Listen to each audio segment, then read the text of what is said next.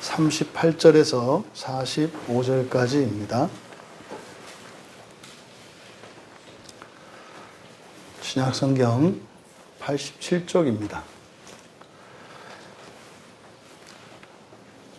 우리 함께 읽겠습니다. 마리아가 이르되 주의 여종이오니 말씀대로 내게 이루어지이다 하매 천사가 떠나가니라. 이때에 마리아가 일어나 빨리 산골로 가서 유대 한 동네에 이르러 사가랴의 집에 들어가 엘리사벳에게 문안하니 엘리사벳이 마리아가 문안함을 들으매 아이가 복중에서 뛰노는지라. 엘리사벳이 성령의 충만함을 받아 큰 소리로 불러 이르되 여자 중에 내가 복이 있으며 내 태중의 아이도 복이 있도다. 내 주의 어머니가 내게 나아오니 이 어찌 된 일인가. 보라, 내 문안하는 소리가 내 귀에 들릴 때에 아이가 내 복중에서 기쁨으로 뛰놀았도다. 주께서 하신 말씀이 반드시 이루어지리라고 믿은 그 여자에게 복이 있도다. 아멘. 잠시 기도합니다. 하나님, 예수 그리스도께서 이 땅에 태어나시기 전에 천사를 통하여 주셨던 계시의 말씀으로 함께 은혜를 받고자 하오니 진리에 응이신 성령께서 이 시간 저희들의 마음을 열어주시고 또한 하나 되게 하여 주셔서 이 말씀에 담긴 참된 생명의 말씀이 저희들의 양식이 되게 하옵소서. 감사하며 예수님의 이름으로 기도하옵나이다. 아멘. 말씀대로 내게 이루어지이다 라는 제목으로 설교하고자 합니다. 말씀대로 내게 이루어지이다. 이것을 그대로 직역하면 말씀대로 이루어지게 하소서, 뭐 이렇게 됩니다. 말씀대로 이루어지게 하소서. 우리 같이 해보겠습니다. 말씀대로 이루어지게 하소서. 지금 이 38절은 이제 마리아가 주의 천사에게 한 말입니다. 주의 여종이오니 말씀대로 내게 이루어지이다. 지금 그렇게 이야기를 하자마자 천사가 떠나갔다는 겁니다. 그러니까 천사가 처녀였던 마리아에게 나타나서 이제 처녀의 몸으로 임신하게 될 것을 계시한 겁니다. 근데 사실은 그 말이 안 되는 이야기이지 않습니까? 그래서 지금 마리아가 말씀대로 내게 이루어지이다 할 때 이 말씀은 주의 천사의 말입니다. 그래서 주의 천사가 한 말은 바로 앞에 30절에서부터 기록되어 있습니다. 30절에서 37절까지 성경을 보시면 30절에 천사가 이르되 마리아여 무서워하지 마라. 내가 하나님께 은혜를 입었느니라. 먼저 여기서 이 30절 말씀을 직역해야 될 필요가 있는데 그대로 직역을 하면 여기서 마리아여 두려워 말라. 마리아여 두려워 말라. 왜냐하면 이렇게 됩니다. 왜냐하면 내가 하나님 곁에 은혜를 발견했기 때문이다. 지금 이제 우리말 성경은 은혜를 입었다 이렇게 해서 하나님이 주신 은혜를 수동적으로 입은 것으로 표현하고 있습니다만은 이것은 사실 굉장히 잘못된 번역입니다. 이것이 엄청난 피해를 일으키고 있어요. 신자들로 하여금.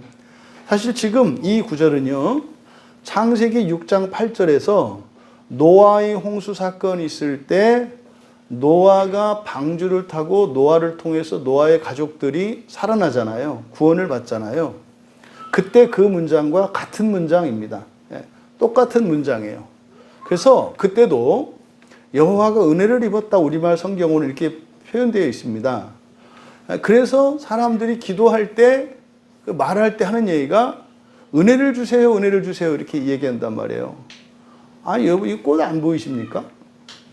옆에 있는 꽃 안 보이세요? 여기 안 보이세요? 뭘 줘요, 주기는?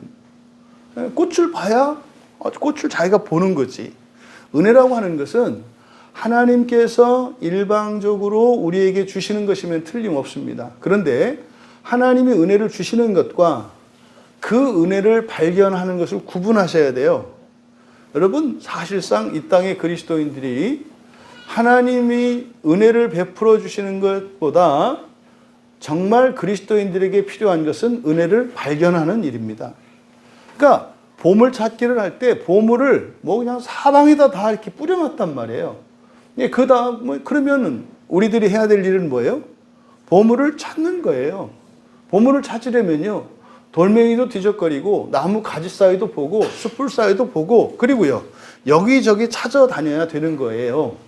그런데 은혜를 주십시오, 은혜를 주십시오라고 하는, 은혜를 입어야 된다라고 하는 이것 때문에, 아니 바로 옆에 있는데 거기서 눈 감고 막 그냥 철야기도 하고 급짓기도 한다는 거 아닙니까? 바로 옆에 은혜가 있어요. 이렇게 은혜가, 금덩어리가 은혜로 이렇게 주어졌어요. 근데 그걸 갖다가 계속 그냥 40일 금식기도 하다 죽었다는 거 아닙니까? 은혜를 구하다가. 은혜는 바로 옆에 있었는데, 그러니까 눈만 떴으면은 은혜가 온 것을 알았는데, 이게 지금 뭐냐면 이런 성경 번역의 사소한 잘못, 그러니까 번역상으로는 사소한 잘못이에요. 엄청나게 다른 거 아니잖아요. 능동과 수동의 의미가 바뀐 것 뿐인데, 사실은 그것의 그 부작용은 어마어마하게 큰 겁니다. 그러니까요, 두려워할 필요가 없다. 그러니까 두려워할 필요 없는 이유가 뭡니까? 은혜를 발견하면 두려워할 필요가 없는 거예요. 그러면 에덴 동산으로 거슬러 올라가서 아담과 하와가 왜 그렇게 두려워했어요? 하나님으로부터 은혜를 발견할 수 없었기 때문이에요. 은혜를 안 주신 게 아니라 은혜를 발견할 수 없었기 때문이었다. 베드로나 요한이나 똑같이 예수님을 배신했어요. 똑같이 배신한 거예요. 그런데 하나는 그 죄책감에 사로잡혀서 그냥 죽어버렸어요. 가룟 유다죠.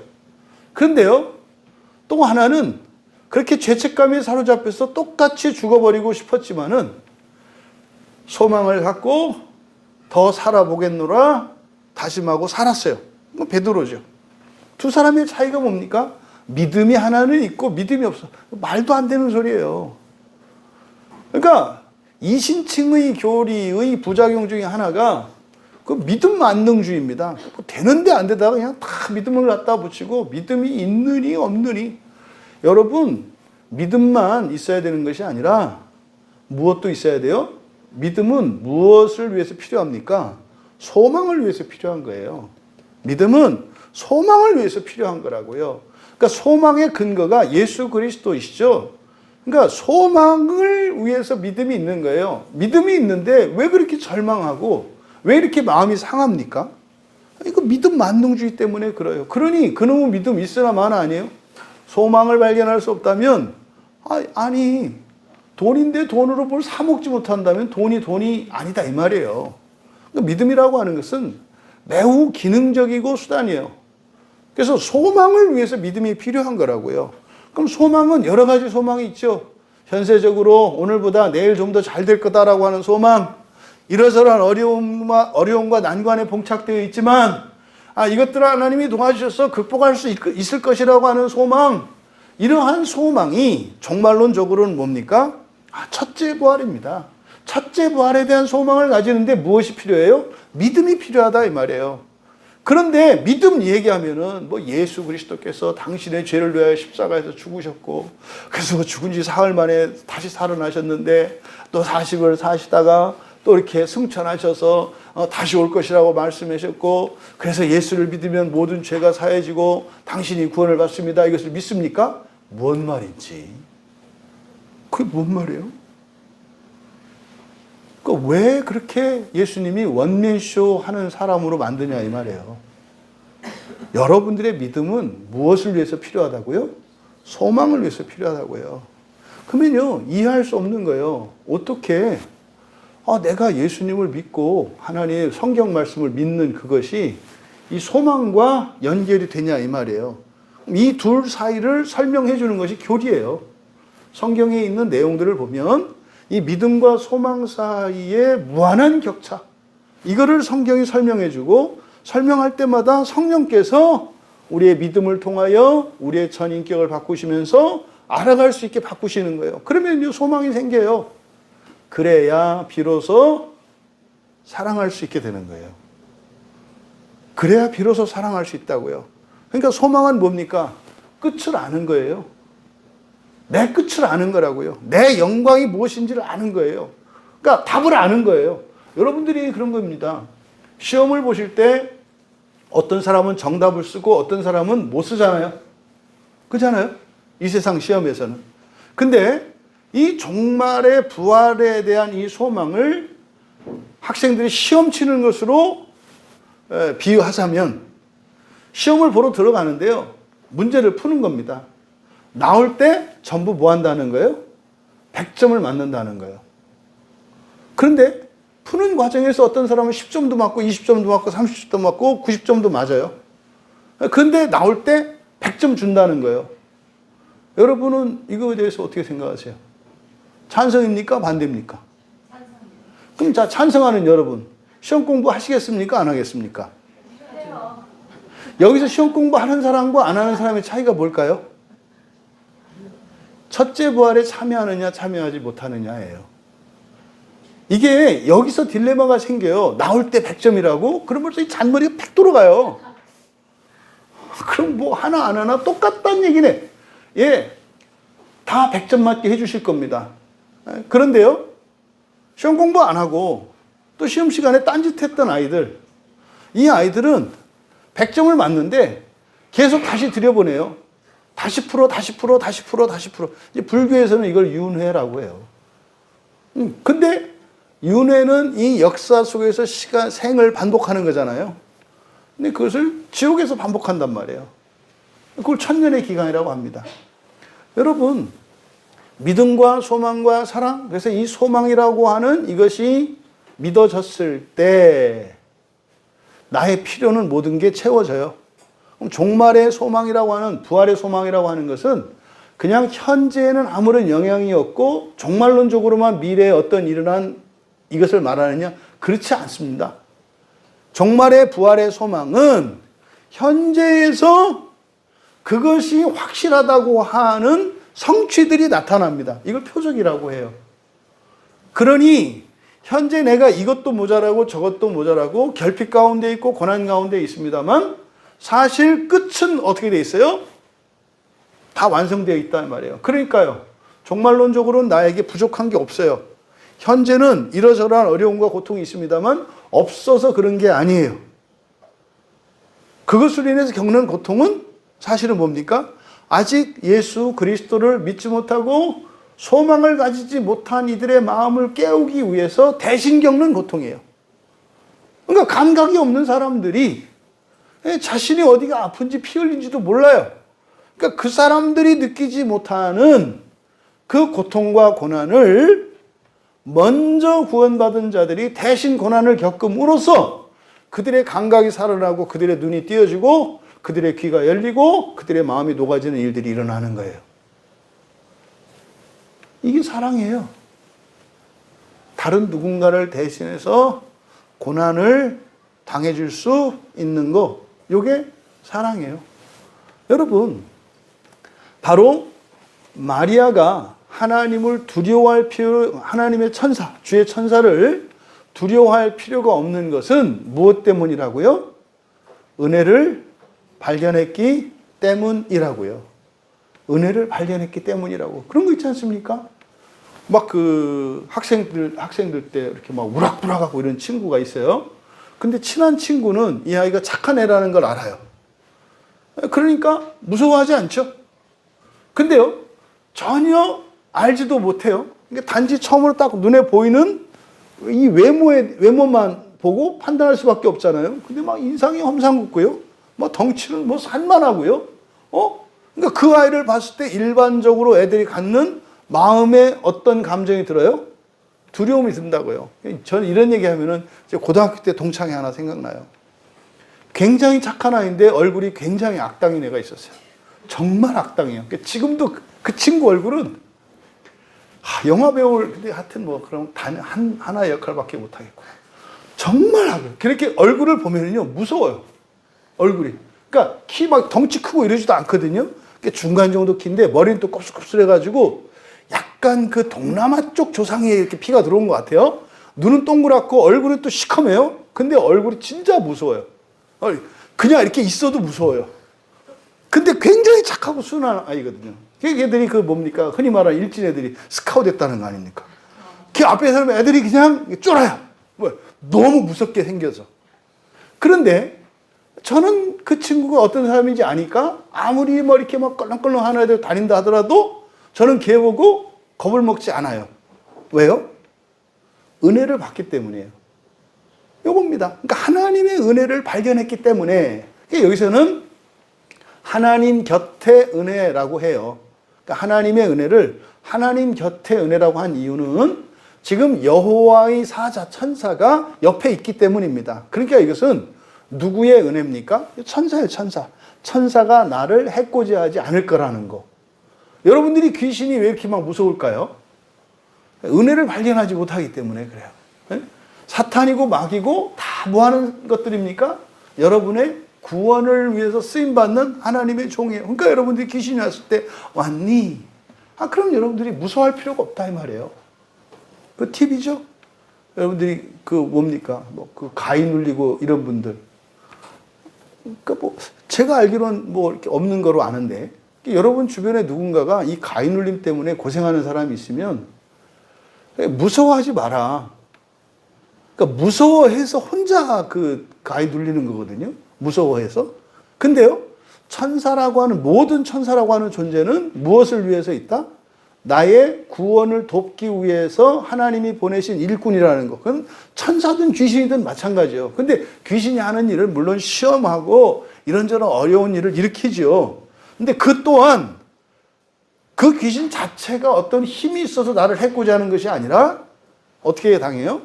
내 안에 드는 이 근본 감정으로 인해서 내 힘으로 나를 치는 격이에요. 절대 천사들은 직접적으로 여러분을 공격하거나 이렇게 할 수 없어요. 스스로 죽게 만들거나 스스로 다치게 만들거나 스스로 실수하거나 스스로 잘못된 길을 가게 하는 거예요. 그러니까 영적인 존재를 두려워하고 두려워하지 않고는 그 영적인 존재에 대한 지식에서 말미암아요. 그래서 가위 들린 사람들이 귀신 안 무서워하면은요, 뭐 왔니? 네 마음대로 해봐. 너 또 오늘 또 나 가위 누르려고 왔구나? 마음대로 해봐. 그거 해봐야 하다 말거든요. 두려움이 없으면은 가위 눌림 현상이 지속되지가 않아요. 일정 순간은 딱 되거든요. 근데요, 이런 거구나. 이것 때문에 내 잘못되는 게 없다고? 오히려 이게 이렇게 내가, 내 안에 있는 두려움을 발견해서 두려움을 극복하도록 하나님이 연습시키시는 거라고? 이걸 깨닫게 되면은요, 없어져요. 없어집니다. 그러니까 지금 마리아에게 두려워할 필요 없다라고 하는 것은 그런 거죠. 너 나 안 무서워하잖아. 이런 뜻이에요. 너 안 무서워하잖아. 그러니까 두려워하지 말라. 막 두려워하고 있으니까 그렇게 한다는 게 아니에요. 두려워하지 않는 거예요. 그런데 지금 하나님 곁에 은혜를 발견했다. 바로 창세기 6장에서 하나님 눈 안에서, 노아는 그러죠. 하나님 눈 안에서 은혜를 발견했다 그래요. 그러면 노아가 하나님의 은혜를 발견함으로써 노아에게 일어난 일은 뭡니까? 다른 사람들은 다 물에 빠져 죽었는데 노아만 살았어요. 그럼 지금 마리아에게 지금 천사가 하는 이 계시는 이 말은 바로 노아에게 했던 그 말과 연결이 된다고 성경에서는. 그러니까 이건 지금 뭐에 대한 사건입니까? 구원에 대한 사건이에요. 구원 사건을 지금 이야기하고 있는 거라고요. 그러니까 노아가 두려워할 필요가 없는 건 뭡니까? 이제 홍수가 있을 거야. 세상을 덮을 거야. 다 죽을 거야. 근데 너는 상관없어 라는 뜻이에요. 상관없어. 여러분들이 교회에 와요. 여러분들이 교회에 오는 것은 왜 옵니까? 은혜를 발견했기 때문이에요. 여러분들이 구원받지 못할까? 이 구원이라는 말이 이게 애매해요. 지옥 갈까? 안 갈까? 이런 걸 가지고 여러분들이 두려워할 필요가 없다는 거예요. 왜요? 그럼 교회 안에 계시잖아요. 교회 안에 계시다는 건 이미 여러분들이 뭘 발견한 거예요? 은혜를 발견한 거예요. 근데 뭐라고 생각해요? 아, 그래도 은혜 안 주시면 어떻게 해요? 뭘 안 줘? 교회가 세워졌고 나왔는데. 복잡하게 생각하지 마시라 이 말이에요. 이거요, 이거. 근데 중요한 건 뭐라고요? 그 은혜를 발견했으면 하나님 앞으로 가야죠. 하나님 앞으로 가야죠. 하나님 말씀대로 순종해야죠.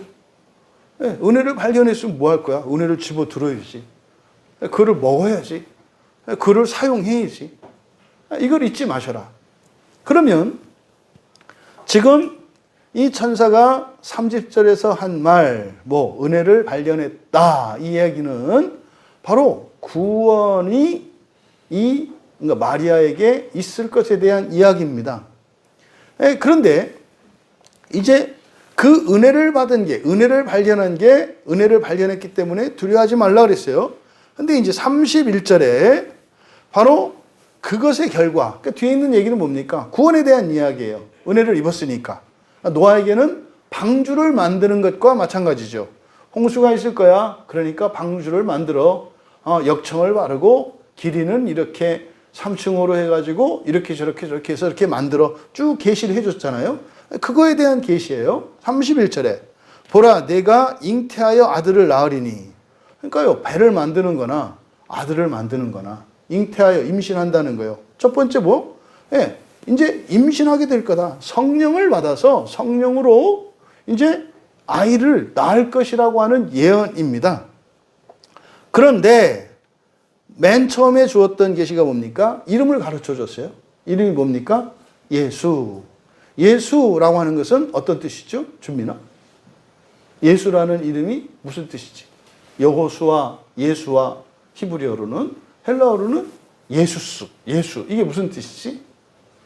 이게 구원자라는 뜻이야. 구원자. 구원자. 그러니까 예수라는 이름은 구원자라는 뜻이고, 그리스도, 그리고 히브리어로 메시아. 이것은 기름 부음 받은 자라는 뜻이고, 그러니까 기름 부음 받은 자라는 것은 구약의 왕과 대제사장과 선지자들에게 하는 행위, 기름 부음. 이것은 이제 오늘날 우리에게는 성령 충만, 성령 받음, 세례를 받는 것이 바로 구약에서 왕으로, 선지자로, 제사장으로 취임하는 거예요. 그러니까 단지 세례를 받는 것은 죄만 씻는 것이 아니라 물로 세례를 받음으로써, 물을 사용함으로써 죄 씻음을 받고, 그 다음에 안수를 함으로써 성령을 받아서 인간의 죄를 사함받고, 그리고 세상의 왕과 대제사장과 선지자로 위임받는 것이 세례란 말이에요. 그래서 세례할 때 어떻게 해요? 손에 물을 축여서 머리에 안수를 하잖아요. 그래서 이 두 가지 의미가 다 있다 이 말이에요. 이게 메시아, 그리스도. 알겠지? 그러니까 예수는 구원자라는 뜻이에요. 그럼 여러분들이 그리스도인이라는 것은 무슨 뜻입니까? 여러분들이 하나님이 세우신 세상의 왕이요, 대제사장이요, 선지자라는 뜻이에요. 그것을 대신하는 사람들이라는 뜻이에요. 여러분들이 그렇게 살고 있으신가 물어보는 거예요. 우리가 요한복음 10장에서 중요한 사실을 우리가 발견했지 않습니까? 우리는 더 이상 양이어서는 안 된다는 거예요. 아주 죽는 날까지 양이래요. 누가? 교회에서. 그러니까요, 성경은 양인 우리더러 목자가 되되 선한 목자가 되는 것을 목표로 삼아서 그렇게 왕과 대제사장과 선지자로 살아가라고 하는데, 교회에서 뭐라 그래요? 넌 그냥 양이래요. 넌 그냥 종이래요. 여러분, 성경은 종이었던 이스라엘에게 자유를 주셔서 하나님의 백성, 시민이 되게 하시고요. 그들이 정복자가 되어서 왕이 되게 하시고 세상의 모든 인류를 구원하는 대제사장적 민족이 되게 하시고요. 하나님의 구원의 계시를 전함으로써 각 민족이 가지고 있는 여러 가지 도덕과 관습과 종교들로 하나님께 나올 수 있도록 한 사명이 이스라엘에게 있었던 거예요. 그걸 받은 게 여러분 그리스도인이라는 뜻이에요. 부디 여러분들이 왕으로서 대제사장으로서 선지자로 하나님으로부터 기름 부음 받았고 또 그렇게 살 수 있도록 우리의 존재를 바꾸시고 우리의 삶의 환경과 능력을 바꾸어 가신다는 것을 믿으시는 여러분 되시기 바랍니다. 그러니까 여기서 바로 구원자라고 불릴 거래요. 구원자. 그런데 그 이름이 구원자입니다. 32절에 큰 자가 되고 이렇게 얘기했어요. 큰 자. 그런 부분이 이게 좀 애매합니다. 크다라기보다는 위대하게 될 것이에요. 위대하게 될 것. 여러분들이 귀담아 들으셔야 되는 것은 지금 마리아가 낳게 될 그 아이에 대한 이야기는 예수 그리스도에 관한 이야기인 동시에 예수를 믿음으로써 그리스도인 되는 여러분과 같은 신자들에 대한 이야기이기 때문에 귀담아 들으셔야 돼요. 예수님만 예수가 되는 것이 아니라 그 마리아가 낳는 아이만 예수가 되는 게 아니라 장차 교회에서 세례를 받고 교회에서 태어나게 되는 아이들, 신자예요. 그들이 뭐가 된다? 예수가 된다는 거예요. 그 다음에 두 번째 뭐라고요? 그들이 뭐하게 될 것이다? 위대하게 될 것이다. 여러분은 현재의 오늘보다 내년 더 위대하게 될 것입니다. 이건 정해져 있는 거예요. 정해져 있는 거예요. 1년 뒤보다 5년 뒤에 여러분들은 더 위대하게 될 것입니다. 얼마만큼 위대하게 될 것인가 하는 것은 여러분이 선택하시는 거예요. 여러분이 선택하시는 거예요. 여러분들의 기준이 높아지면 더 위대하게 될 것이요. 여러분의 기준이 낮다면 뭐 눈꽃만큼 위대하게 될 것입니다. 하지만 위대하게 되는 것은 정해진 이치예요. 근데 여러분들이 그걸 믿지 않아. 그걸 여러분이 소망하지 않아. 그래도 위대하게 될 겁니다. 만분의 1mm. 그건 여러분들이 선택할 수 있어요. 여러분들이. 그러니까 위대하게 될 것이다. 그리고 지극히 높으신 이의 아들. 지극히 높으신, 욥기에서 우리가 봤죠. 지극히 높으신 이, 이거 누굴 의미하는 거예요? 창조주 하나님을 의미하는 거예요. 삼위일체 하나님에서는 성부 하나님을 의미하는 거예요. 그래서 지극히 높으신 이의 아들, 하나님의 아들이죠. 하나님의 아들. 그러면 하나님의 아들을 존재론적으로 뭡니까? 신이죠, 신. 신. 그러니까 신이라 불릴 거다. 불릴 거는 그냥 칭의처럼 그렇게 일컬어지는 게, 지금은 말과 실제가 다르죠. 뭐 이렇게 좋아하지도 않으면서 좋아한다고 말할 수 있잖아요. 이건 여러분 우리가 죄 가운데 있기 때문에 우리의 마음과 말이 다른 거예요. 근데 우리가 죄가 없으면 어떻게 됩니까? 말과 진심이 같아져요. 그래서 여러분들은 먼저 무엇을 바꿔라? 말로 사는 법을 실천하셔야 된다. 그래서요, 절대 독심술 하지 마라. 절대 독심술 하지 마라. 다른 사람을 눈으로 보고 판단하지 말라 이 말이에요. 그래서 항상 뭐 해라? 상대방에 대한 어떤 느낌이나 이런 것이 있으면 맞는지 틀리는지를 확인해야 돼요. 주민이 지금 속상하냐 이렇게. 주민 속상해? 인상 쓰고 있으니까 속상한 것 같잖아. 오늘 아침에 또 교회 오다가 무슨 일이 있었던 것은 아닌지 뭐 이런 생각이 드는 거야. 물어보니까 아니라잖아요. 그러면요, 아닌 거지. 그럼 또 추론을 하는 거죠. 피곤하구나. 피곤해? 그것도 아니야? 그럼 평소에 늘 그렇게 있구나. 그렇지. 이렇게 이제 확인하는 거예요. 그러면 네가 평소에도 그렇게 살면 다른 사람들이 너를 볼 때, 준민이가 지금 뭐가 안 좋은 일이 있구나 이렇게 생각하든지, 아니면 피곤하다고 생각할 수 있어. 그러면 되게 약한 아이로 보이고 항상 문제가 있는 아이로 비춰지는 게 좋은가? 그러니까 그냥 이렇게 있을 필요는 없겠구나. 그러니까 거울을 볼 때마다 가만히 있는 모습을 보고 웃는 모습을 보고, 가만히 있어. 내가 이렇게 있으면 친구 애들이 보고 내가 뭐 문제가 있다고 생각을 하는구나. 그래서 표정을 바꾸면 되겠지. 목사님도 20대 때 그거 해가지고 주름살 생겼잖아. 이렇게 거울 보고 맨날 웃는 연습 해가지고. 그러니까 여러분, 말만 듣고 판단하고 여러분의 생각을 말로 해라. 괜히 쓸데없이 뭐 이렇게 툭툭 던지고 뭐 이렇게 하지 말고. 뭐 엄마한테 용돈이 필요하면 어떻게 해라? 엄마 용돈 주세요 해라.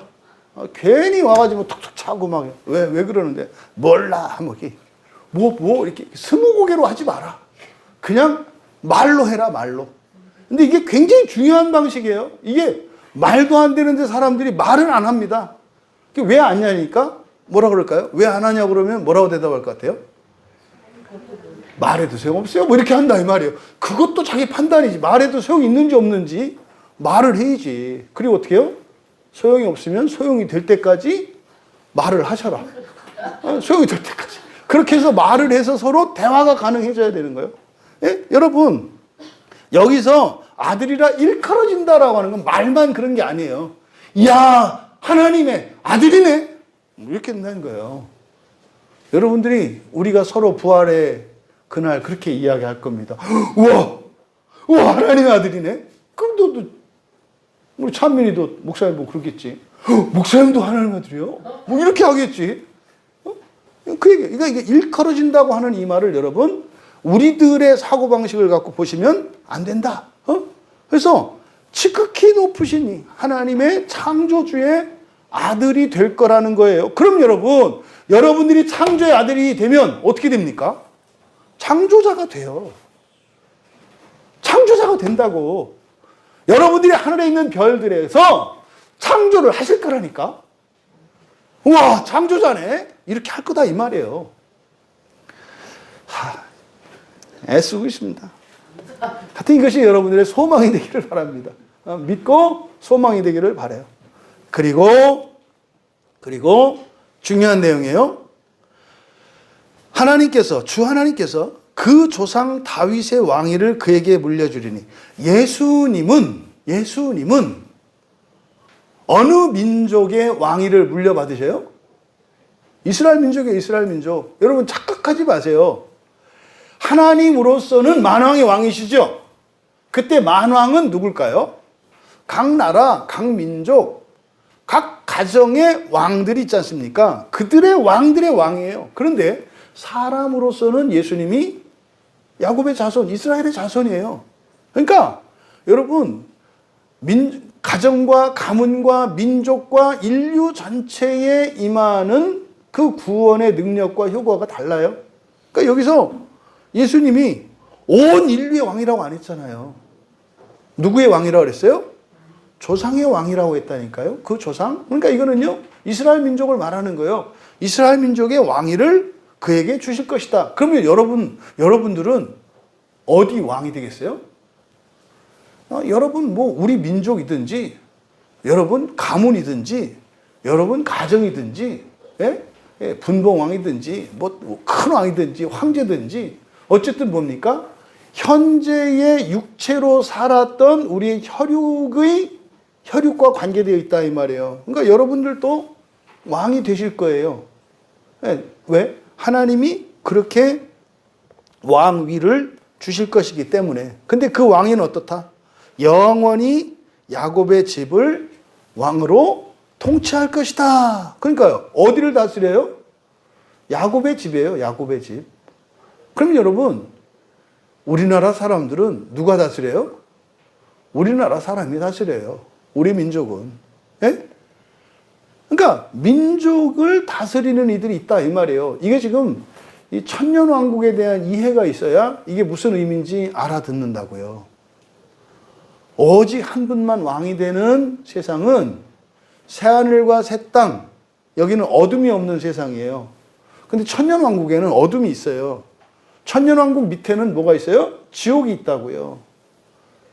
그래서 거기는요, 왕으로 있는 자들이 있고 여전히 지옥에서 왕자 수업을 계속 받고 있는 이들이 있어요.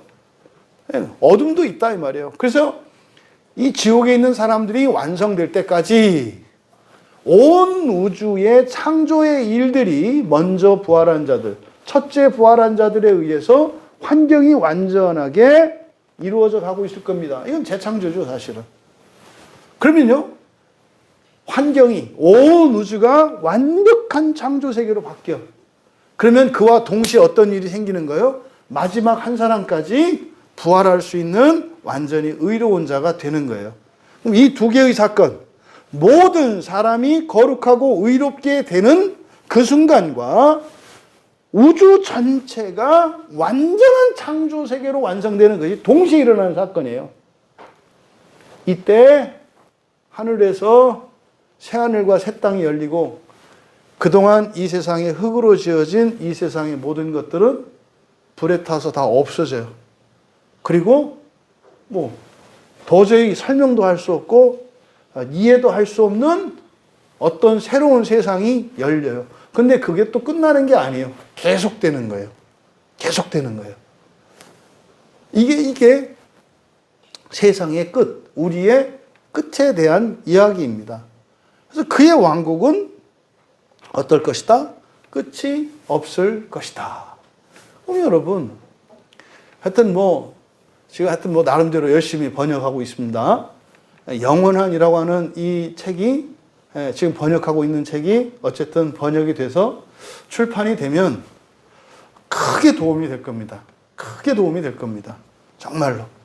그럼 성경에 있는 영원한이라고 하는 말이 우리가 알고 있는 그 말이 아니라고 하는, 이거는 뭐 이렇게 설득되지 않을 수가 없어요. 너무, 그러니까 보니까, 이분이 뭐 혼자 이렇게 한 것이 아니라 여러분들이 같이 힘을 합해서 하셨더라고요.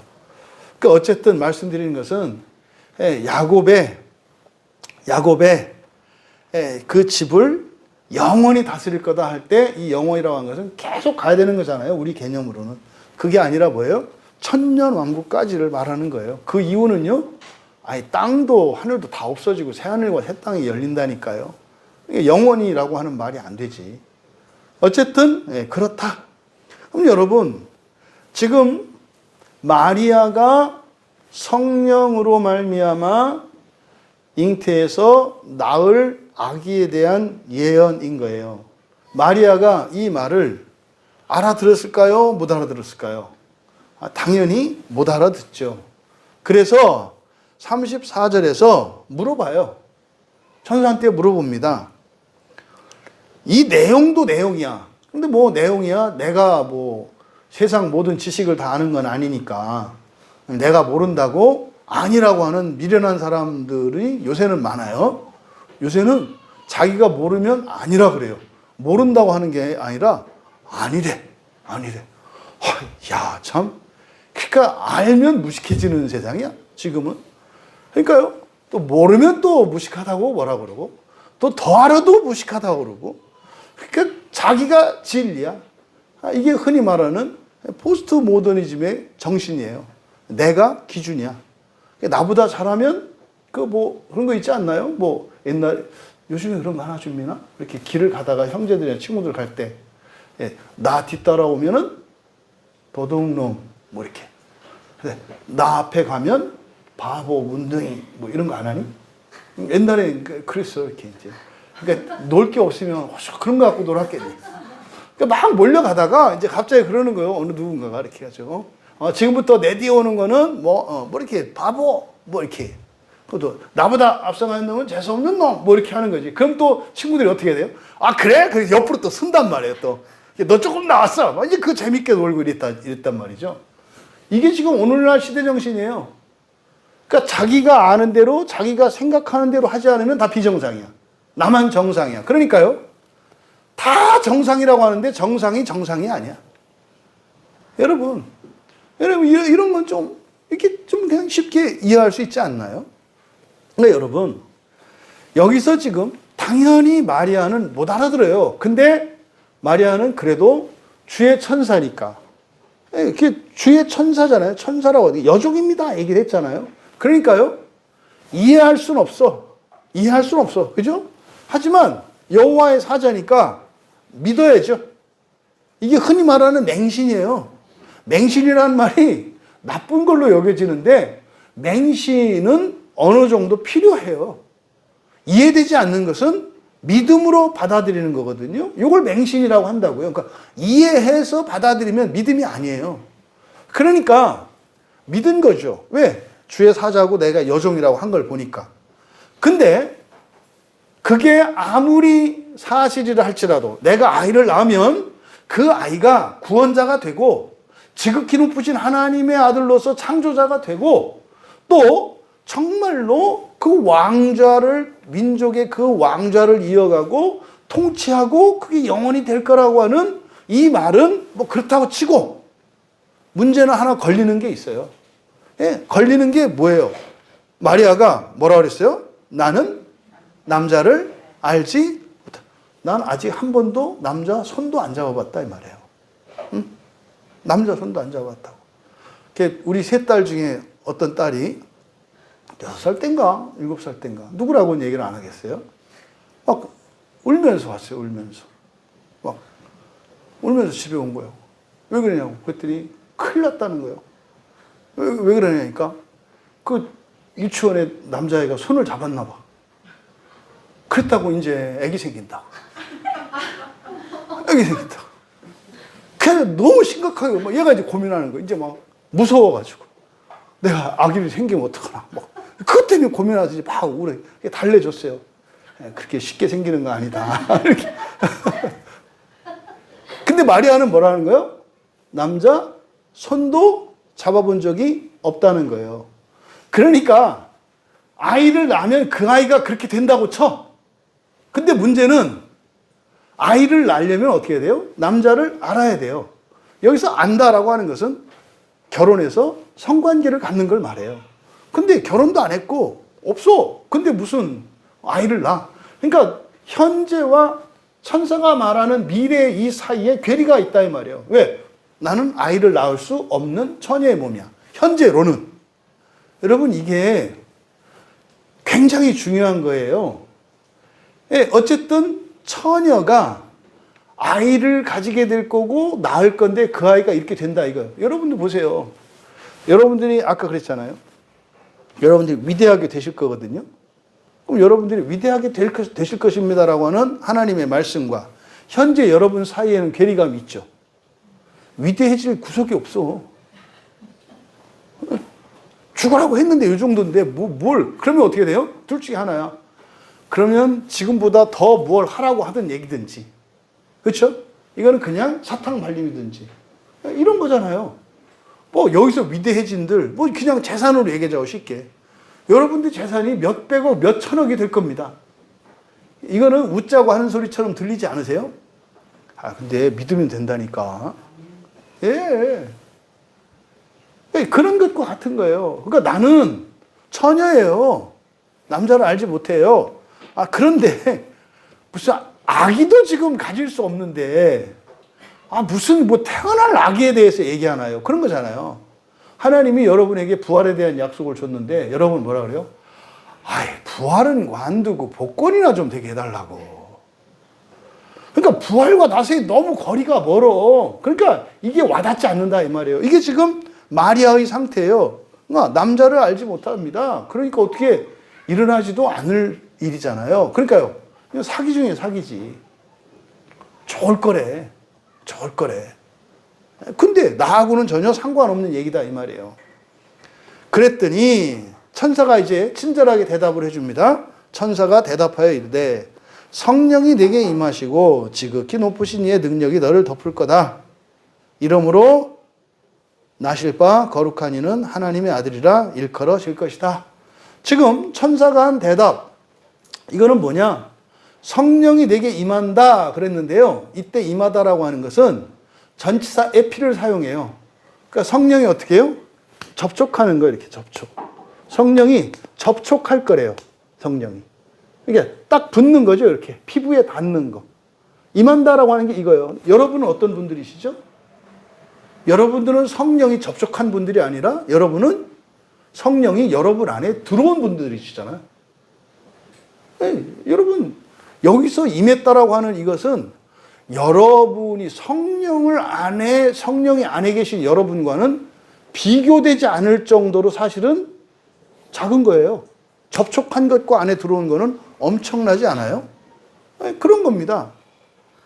그러니까 지금 바로 성령이 너에게 이렇게 접촉할 거래요. 그러면 그때 지극히 높으신 하나님의 능력이 너를 덮을 거래요. 여러분, 이게 지금 뭐냐면 마음에 대해서 얘기하는 거예요. 성령이 이렇게 닿는다라고 하는 것은 하나님과 우리는 어떻게 닿아요? 하나님은 영이시잖아요. 몸이 없다고요. 어떻게 하나님과 우리가 접촉을 해요?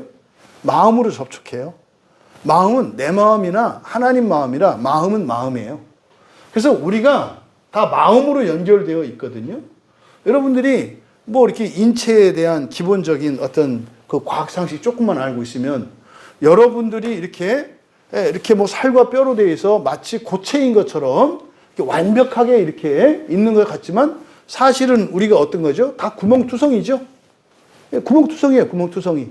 이게 다 이 원자의 상태 사이에 이렇게 다 공간이 있거든요, 이렇게. 말하자면 구슬로 이루어진 존재 같은 사람들이에요, 우리가. 구슬이 막 이렇게 있는데 닿지도 않아 있어요, 이렇게.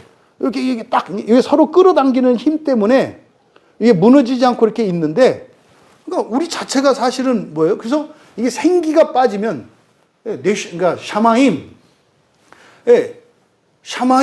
이게 숨을, 생기를 불어넣으니, 네페시 하야, 생량이 되었다 할 때, 이 샤마임이라고 하는 요 생기, 예수님이 제자들에게 성령을 받아라, 했던 요 생기가 구슬과 같은 우리의 몸을 이루는 원자들이 형태를 갖추게 하고 힘을 갖게 해요. 뼈고 뭐고 다 마찬가지예요. 얼마나 사람을, 좀 구슬 한 100만 개 줄 테니까 구슬 갖다가 이렇게 붙지 않게 해서 사람 모양을 이렇게 만들 수 있겠어? 안 되잖아. 레고처럼 꽉 끼워야 이렇게 세우는 거 아니야? 그러니까 다 이렇게 떠 있는 거예요. 다 떠 있는 상태라고. 놀랍지 않아요? 근데 우리가 그 세포 사이가 이렇게 떠 있지만 동일한 힘에 의해서 떨어지지 않고 버티고 있거든요. 그런 것처럼 하나님과 우리 사이도 사실은 붙어 있어요. 붙어 있는데 우리는 떨어져 있는 것 같죠. 근데 이 마음이라는 거는 그 메꾸고 있는 거라고요. 그러니까 이 마음으로 우리가 서로 연결되어 있어요. 여러분들이 저는 설교하고 들으시잖아요. 어떻게 이게 가능할까요? 제가 하는 말을 여러분들이 듣고 이해해요. 그것은 성령께서 우리의 마음 속에 계시면서 성령이 우리의 마음을 연결시키고 제가 하는 이야기를 여러분 마음을 통해서 제 마음이 여러분 마음으로 연결돼서 성령께서 이렇게 들어가게 하시는 거예요. 네, 기계론적으로는 제가 말을 하고 여러분들이 말을 귀로 음성 신호를 들어서 여기서 전기 신호로 바꿔가지고 이거 뇌에 전달을 해가지고 뭐 이렇게 됩니다만 이게 사실은 마음의 작용이라고요. 마음의 작용. 그러니까 성령이 우리와 닿았다. 지극히 크신 하나님의 능력이 우리에게 임한다. 이것은 바로 마음에서 일어나는 일이라고. 그러니까 여러분들이 마음 기행할 때 그 일이 일어나요. 그 일이. 마음 기행이라고 하는 게 마음으로 교통하는 거거든요. 그래서 바로 이 천사가 그렇게 대답을 해줬습니다. 그 능력이 너를 덮을 거다. 이 능력은 뭡니까? 창조의 능력이신 거예요. 그러니까 이 능력이 뭐 하겠어요? 아기를 마리아 뱃속에 만드시겠다는 거죠. 창조에 대한 얘기라고요. 창조에 대한 얘기. 여러분들의 마음속에서 일어나는 본성의 변화가 마리아 뱃속에 일어난 있을 수 없는 일, 아기가 생긴 일이나 여러분들의 본성이 변하는 것이나 하나도 다르지 않아요. 여러분들이 마리아가 처녀의 몸으로 잉태해서 예수라는 아기를 낳은 것을 믿는다면 그것이 여러분에게는 무슨 의미예요? 성령께서 여러분을 없던 아기가 생기게 한 것처럼 있지도 않았고 위대하지도 않았던 여러분들을 위대하게 바꾸시고 마침내 지극히 높으신 하나님의 자녀로 만드실 것을 믿는 거예요. 오늘 성탄절입니다. 사람들이 예수님이 아기로 오셨다는 거, 사람으로 오셨다는 거 믿지 않는 사람이 어디 있어요? 믿지 않는 거 아니고요. 그냥 외운 거예요. 그걸 믿는다는 것은 뭡니까? 그걸 믿으면은요, 다른 데도 동일한 효과와 동일한 일들이 일어나야 돼요. 그러니까 의외로 믿지 않는다니까요, 사람들이.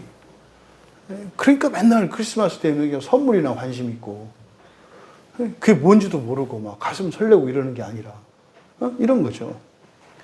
천사가 이렇게 대답을 해줬어요. 35절에서. 그랬더니 마리아의 눈빛이 아직도 이렇게 확 끌려오지는 않은 것 같아요. 왜? 뒤에 설명을 더 하는 거 보니까. 그 설명을 더 해요. 이게 36절에. 그러니까 못 알아들어. 믿지 않는 거죠, 이거는. 암만 그래도 그렇지. 어떻게 내가 천연데 무슨 임신을 해. 그랬더니 이제 엘리사벳을 거론합니다. 내 친족 엘리사벳도 늙어서 아들을 배웠느니라. 본래 임신하지 못한다. 이게 무슨 말이냐면 불임이라는 뜻이에요. 불임. 굉장히 중요한 단어예요. 이게요. 창세기의 족장의 아내들. 아브라함의 아내가 누구였죠? 사라. 사라도 불임 여성이에요, 원래. 사라도. 그 다음에 아브라함이 낳은 이삭의 아내 리브가. 리브가도 불임이에요. 어떻게 이렇게 골라서 참 그 귀한 여인들을 찾아서 이렇게 얻는지. 마찬가지로. 또 라헬도 불임이에요. 셋 다 불임이에요. 그러니까 믿음의 족장의 계보가 내려오는 게 이게 다 뭐예요? 하나님에 의해서 계보가 이루어진 거예요. 다 불임인 여자예요. 거기다가 사라는 어땠어요? 나이까지 많았잖아요. 지금 엘리사벳의 상태가 아브라함의 아내였던 사라와 같은 상태예요. 원래 불임이었고요. 아이를 낳을 수 없는 여인이고요. 거기다 그냥 아이를 낳을 수 있었다 할지라도 폐경기가 지나서 아이를 낳을 수가 없어. 한참 지났어. 그러니까요. 완벽하게 임신 가능성이 차단된 상태예요. 그래서 엘리사벳이 창세기에 있는 그 믿음의 족장의 아내들과 똑같은 상황이었어요. 그랬던 이제 그걸 다 알죠, 집안에서는. 그러니까 지금 엘리사벳, 마리아가 어느 지파일까요? 예수님은 유다 지파잖아요. 마리아는 어디 지파일까요? 레위 지파예요, 레위 지파. 왜냐하면 이 엘리사벳, 그 친척인 엘리사벳이 제사장의 아내인데 사가랴가 레위 지파 그 아론의 그 자손일 거 아니에요. 대제사장이니까. 그러니까 여기가 거기도 레위 지파예요. 레위 지파는 레위 지파끼리만 결혼해요. 근데 지금 레위 지파였던 마리아가 유다 지파인 예수님과 결혼한 거예요. 그러면 요 사이에서 요셉하고 유다 지파인 요셉과 결혼을 한 거예요. 그러니까 유다 지파인 아버지 요셉, 육체의 아버지, 그리고 레위 지파인 어머니 사이에서 태어난 아들이니까 이 아들은 뭘 가져요? 레위 지파와 유다 지파의 그 유산과 상속권을 다 갖는다고. 그러니까 뭐 제사장과 왕권을 다 갖는다고. 이게 지금 그런 의미. 근데 어쨌든 엘리사벳은 어떤 상태다? 원래 불임이었고 나이도 많다. 그런데 그러니까 집안에 다 소문 났어요. 왜요? 사가랴나 엘리사벳을 보면은요, 성경에서 좀처럼 의인이라는 말을 하지 않아요. 근데 이 두 사람은 의인이라고 말을 해요. 그러니까 의인은 없다라고 할 때 바울이 그렇다해서 여러분들이 의인은 없다 이런 말 하시면 안 돼요. 성경에 정확하게 이 사가랴와 엘리사벳은 의인이라고 말한단 말이에요. 그 보세요. 그러면은 옛날에 의로운 자면 어떤 일이 나요? 자식이 많고요. 하나님의 복에 의롭다고 하는 증거, 자녀가 많아요. 그리고요, 재산이 많아요. 이게 유대인들이 가지고 있는 사고관이거든요. 근데 더더군다나 제사장 집안이고요. 의로운 사람인데 자식이 없어요. 이거는요, 굉장히 특별한 일이에요. 굉장히 특별한 일이라고. 그러니까 이거는요, 집안 식구들은 뭐예요? 다 알아요. 그러니까요, 마리아가 알아듣는 거예요. 그러니까 앞에서 얘기해. 성령으로 네가 임신하게 될 거야 라고 하는 이 말도 못 알아듣는데, 못 알아들어. 그러니까 천사가 다시 설명을 해. 너 네 친척 중에 임신 못하는 여인 있지? 아, 얘 있죠. 엘리사벳. 아이고, 정말, 그 언니는 너무나 훌륭하고, 정말 대단한 사람이고, 정말 법 없이도 살고, 하나님을 사랑하고, 아주 경건한 사람이고, 또 형부 또 사가랴도 뭐 그냥 소문난 분인데, 정말 아이가 없어가지고 얼마나 힘들어하는지 몰라요. 다 소문났죠. 그래. 그 엘리사벳 임신했어. 깜짝 놀랄 일이죠. 여러분 주변에 결혼한 지 30년 됐는데 아이가 안 생겼어요. 응? 근데 천사가 얘기를 하는 거예요. 너 그 친척, 그 결혼한 지 30년 된 친척, 그 나이 80이잖아. 네. 임신했어. 말도 안 되는 소리 아니에요? 그러니까 이제 그 얘기를 해준 거예요. 야, 엘리사벳이 임신했어. 그 이야기를 한 겁니다. 지금 임신 6개월째야. 그러면 진짜요? 진짜. 지금 같으면 어떻게 했어요? 바로 전화 걸어서 확인하지 않겠어요? 이때는 전화가 없어. 그러면서 그런 거예요. 야, 봐봐. 너는 처녀잖아. 근데 엘리사벳은 나이도 많고 거기는 원래 임신도 할 수 없는 사람이야. 넌 건강한 사람이잖아. 너 생리도 하고 다 하잖아. 그러니까 너보다 엘리사벳이 임신하는 게 더 불가능한 일이지. 근데 지금 6개월째야. 그랬더니 마리아가 뭔가요? 진짜요? 막 가슴이 뛰는 거죠. 그리고 나서 지금 38절 한 거예요. 그러니까 마리아가 뭐라 그랬어요? 주의 여종이오니 말씀대로 내게 이루어지게 하소서. 그러니까 아까 태어날 아기에 대한 약속이 이게 진짜로 내게 되잖아. 그럼 나 그렇게 되고 싶어요. 이렇게 얘기를 한 거예요. 나 그렇게 되고 싶어요. 여러분들이 설교를 듣다가 은혜를 받으면 소망이 확 생겨요. 그럼 여러분 마음속으로 있잖아요. 막 기쁨이 생기고요. 기대가 생기고요. 여러분 말이 돼요. 해주세요. 그러니까 막 기뻐. 소망이 생겨. 오늘 막 교회 오기 전까지는 답답하고 이랬는데, 막 기대감이 생기고. 그냥 감정으로 들뜨는 게 아니에요. 왜? 말씀을 듣고 생긴 거니까. 그건 성령의 역사라니까요. 그걸 잃어버리시면 안 된다고. 그러니까 지금 마리아가 그렇게 된 거예요. 그랬더니 천사가 떠났다. 떠난 걸 보니까 마리아가 믿은 거죠. 믿은 거예요. 그러면요, 믿었지만, 여러분, 믿음이라고 하는 우리의 믿음은요, 없는 것 같은 요만큼의 믿음에서 점점 자라서 우리를 믿는 완전한 하나님의 믿음으로까지 자라가는 거예요. 사실 여러분의 믿음이, 소망에 대한 믿음이 완성되는 것은 언제일까요? 소망이 성취되는 시점이에요. 소망이 성취되는 시점. 하나님의 은혜입니다 하는데 진짜 은혜구나 이렇게 된다니까요. 하나님이 내 인생 가운데 모든 걸 도와주셨어. 근데 그 다음날 뭐라고 그러냐면 진짜 도와주셨구나 이런다니까요. 그 다음날 가면 또 어떻게 돼요? 어제가 진짜인 줄 알았더니 이건 진짜가 아니었다 이렇게 된다고요. 그래서 소망이 성취되는 순간에 맞네 하면서 0.2%가 꽉 채워진다고. 그러면서 다른 소망이 생겨요. 이렇게 가는 거거든요. 그러니까 지금 마리아가 천사가 엘리사벳을 예시로 들어서 말했을 때, 마리아가 그렇게 성령으로 잉태됐다면 내가 임신하는 건 뭐 아무것도 아니겠네. 뭐 이렇게 한 거예요. 근데 그 사실은요, 그렇게 하고 천사가 떠나는 순간 마리아에게 어떤 생각이 들었을까요? 진짜까? 그래서 바로 뒤에 보니까 뭐라 해야 돼요?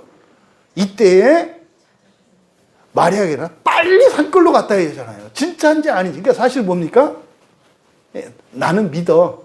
그러면서 가면서 이제 별의별 생각이 나는 거야. 내가 미쳤지. 천사 말 들었다고 이걸 또 진짜로 내가 이러고 가나? 여러분 생각해 보세요. 만약에 여러분 친척 중에 나이가 80이 됐어요. 원래 아이를 갖지 못하는 할머니예요. 여러분 친척 중에. 근데 천사가 나타나서 임신했다는 얘기를 듣고 확인하러 가고 있어요. 가가지고 뭐 이모 아니면 할머니라고 합시다. 가서 준민아, 네 친척 중에 80대는 할머니가 있어.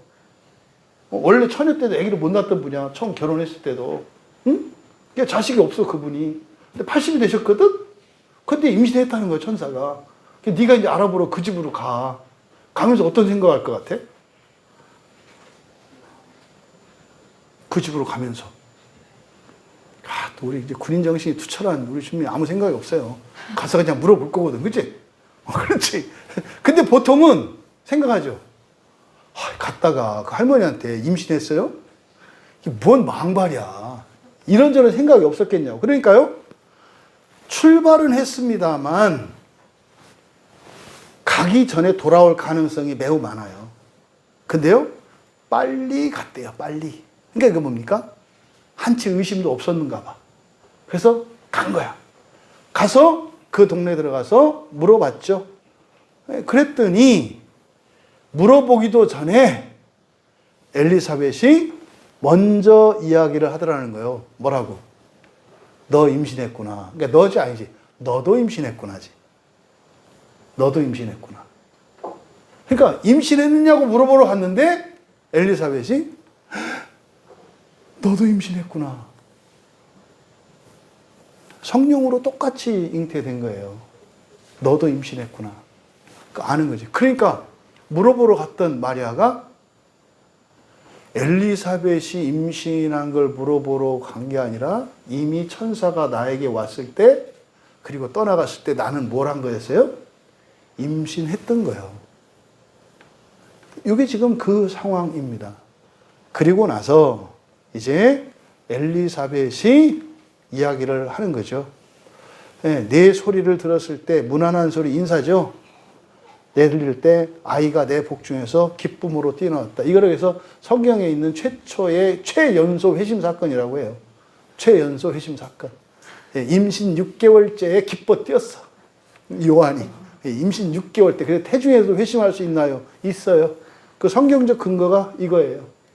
그러니까 나이 먹은 우리도 안 뛰는데. 그러니까 이건 나이 순이 아닌 거야. 그죠? 그러니까 이미 거듭난 거예요. 회심한 거예요. 그래서 주께서 하신 말씀이 반드시 이루어지리라고 믿은 그 여자 누굽니까? 엘리사벳이 알고 있어. 뭐라고? 38절에서 천사한테 했던 얘기. 그 말씀이, 그 말이 나에게, 당신 말대로 나에게 이루어지게 해주십시오라고 했던 이거를 엘리사벳이 알고 있어. 그리고 나서 석 달을 같이 지냈대. 무슨 얘기 했을까요? 태어날 아기에 대한 얘기를 했겠죠. 엘리사벳은. 나에게 태어날 아기에 대한 천사의 계시가 있었잖아요. 태어날 요한과 태어날 예수에 대한 얘기를 했겠죠. 그거 하는데 3개월 걸렸대요. 여러분, 성탄절은 말입니다. 그냥 예수님이 하나님이시고 우리가 예배 드려야 되는 사람이고 예배 드려야 되는 분이고 주일마다 빠지지 말고 나와야 되고 성경 말씀대로 따라 해야 되고 나보다 높은 분이고 귀한 분이고 까불지 말고 엎드려져. 이 얘기를 하는 게 아니에요. 아기 예수는 우리와 달라. 이런 얘기하는 게 아니에요. 아기 예수, 예수 그리스도에 대한 모든 계시는 성부, 성자, 성령 삼위 가운데 성자 하나님에 대한 계시이긴 합니다만 그 성자 하나님에 대한 계시는 다 누구와 상관이 있어요? 나와 상관이 있어요. 여러분들이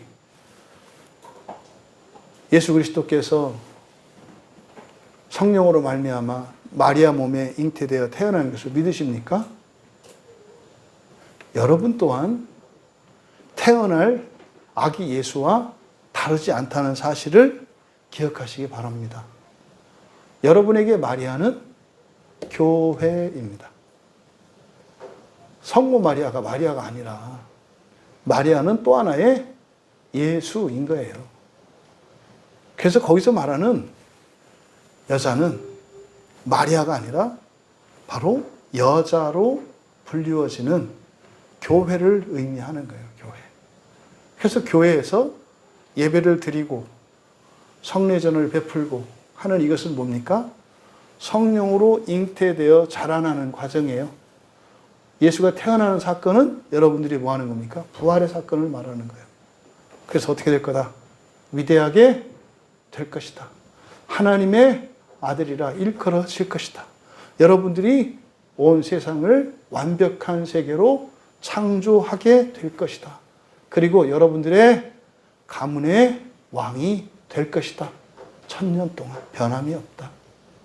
여러분, 말씀대로 내게 이루어질 것입니다. 라고 고백하는, 그래서 엘리사벳이 증언했던 것처럼 그렇게 믿는 자에게 있는 그 복이 임하시는 성탄절이 되시기를 주님의 이름으로 축원합니다. 우리 말씀을 생각하며 함께 기도합니다. 말씀대로 내게 이루어질 것입니다. 말씀대로 내게 이루어지게 하옵소서. 이 마리아의 이 고백이 복이 있다고 하였던 엘리사벳을 통해서 하신 성령의 그 말씀이 여러분들의 삶 속에 진심으로 이루어지기를 축복합니다. 우리가 함께 기도할 때 성경에 약속된 이 말씀대로 내게 이루어지게 하소서. 그 복이 현재적으로 누려지게 하셔서 이 소망이 사라지지 않게 하시고 이 소망으로 힘껏 살아가게 하옵소서. 우리 같이 말씀을 생각하며 기도합니다.